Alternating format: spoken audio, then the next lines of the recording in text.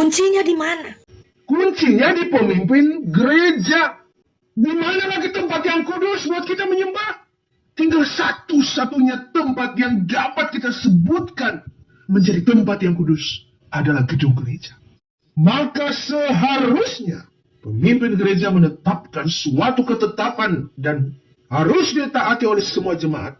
Gedung gereja, khusus di mana orang beribadah, hanya untuk beribadah. Saya juga dulu seperti itu. Di situ ruang rapat, di situ ruang latihan juga.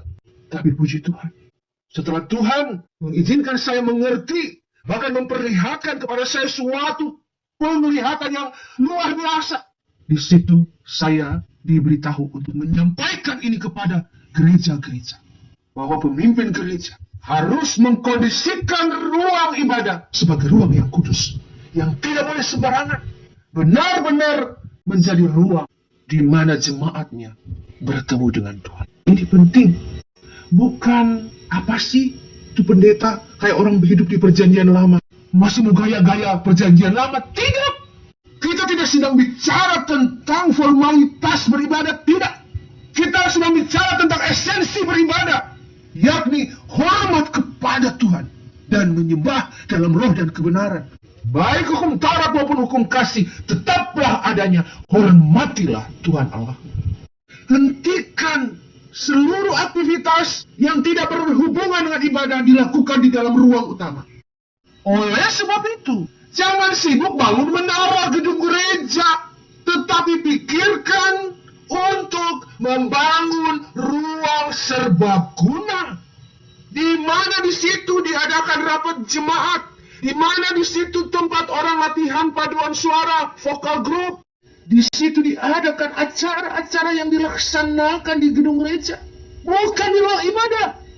Dan terutama di situ diletakkan meja makan, kursi makan agar jemaat tidak masuk ke ruang ibadah untuk makan di dalam ruang ibadah. Kita boleh maju dalam segala hal, tapi kita harus tetap kuno dalam hormat kepada Allah. Karena hormat kepada Allah tidak akan berubah oleh zaman. Ada bukti. Ada satu pendeta melaksanakan pernikahan anaknya. Meja makan masuk ke dalam gedung gereja. Meja makan ditaruh di lorong gedung gereja sebagai tempat makan dan jemaat duduk di situ. Padahal halaman mereka sangat besar.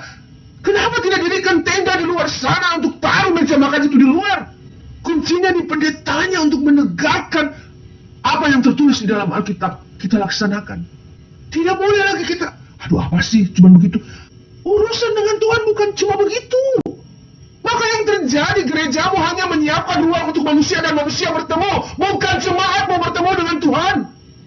Karena itu untuk apa membangun menara tinggi-tinggi seperti menara Babel? Jika menara itu untuk lonceng, gereja tidak usah setinggi langit, tetap terdengar. Tapi untuk beribadah, saat jemaat beribadah, apa fungsinya menara itu pada saat mereka beribadah? Tidak ada. Tapi kalau kamu bangun gedung serbaguna, di situ berfungsi. Para panitia pembangunan gereja sudah harus menyadari hal ini. Bangunan gereja kita yang kamu bangun dengan mewah itu tidak dapat memuliakan Tuhan. Gedung-gedung yang mati tidak dapat memuliakan Tuhan. Manusia-manusia yang beribadah di dalamnya yang akan memuliakan Tuhan, bukan gedungmu. Karena itu bagaimana gereja memfasilitasi agar jemaatnya dapat beribadah dengan benar, dapat menyembah dalam roh dan kebenaran, dengan mengkondisikan ruang ibadah di mana jemaat beribadah benar-benar dikuduskan bagi nama Tuhan. Hormati tempat kudusku. Hormati itu bukan rumah makan. Hormati itu bukan tempat bermain anak-anak. Sampaikan kepada anak-anak untuk menjaga sikap mereka, agar mulai dari kecil mereka tahu bahwa rumah itu bukan rumah biasa. Rumah itu rumah pertemuan dengan Tuhan. Pusing pikiran menara. Mending uang menara sewa satpam, supaya gedung gereja tetap terbuka. Boleh siapapun datang untuk berdoa, agar pintu gereja tidak ditutup-tutup. Jadi rumah doa bukan sekedar karena hari Minggu kita beribadah. Gedung itu harus menjadi rumah doa kapan saja. Itu tempat pengungsian bagi semua orang saat ia datang dalam kondisi batin yang merindukan pertemuan dengan Tuhan.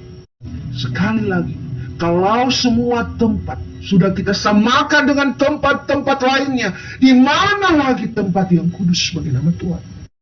Kalau pemimpin gereja kalian tidak berani untuk mengambil sikap tegas, bagi siapapun yang melihat video ini, lakukanlah bagi dirimu sendiri di hadapan Tuhan. Artinya apa? Jangan kamu makan di gedung gereja, jangan kamu bermain-main, jangan kamu jadikan rumah gereja itu menjadi tempat di mana kamu bisa buat apa saja. Tetapkan pada dirimu, kalau gerejaku tidak punya aturan tentang itu, kalau gerejaku tidak menolong saya untuk belajar apa yang benar, seperti yang difirmankan Tuhan, maka saya harus belajar. Untuk mulai saat ini, saya menghormati tempat kudus Tuhan, yakni gereja.